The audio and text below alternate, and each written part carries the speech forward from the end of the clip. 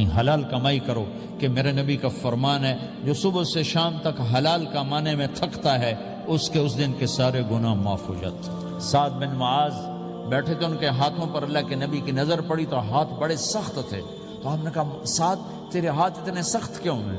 کہا جی میں اپنے باغ میں خود کام کرتا ہوں، یہ سخت ہو گئے۔ تو آپ نے سعد کا ہاتھ پکڑا اور ایسے چوما اور کہا اپنے بچوں کو حلال کھلانے، جو ہاتھ ایسا ہو جائے گا اس پہ جہنم کی آگ حرام ہو جائے گی۔ حلال کمائی کرو کہ میرے نبی کا فرمان ہے جو صبح سے شام تک حلال کمانے میں تھکتا ہے اس کے اس دن کے سارے گناہ معاف ہو جاتے ہیں۔ سعد بن معاذ بیٹھے تھے، ان کے ہاتھوں پر اللہ کے نبی کی نظر پڑی تو ہاتھ بڑے سخت تھے، تو ہم نے کہا سعد تیرے ہاتھ اتنے سخت کیوں ہیں؟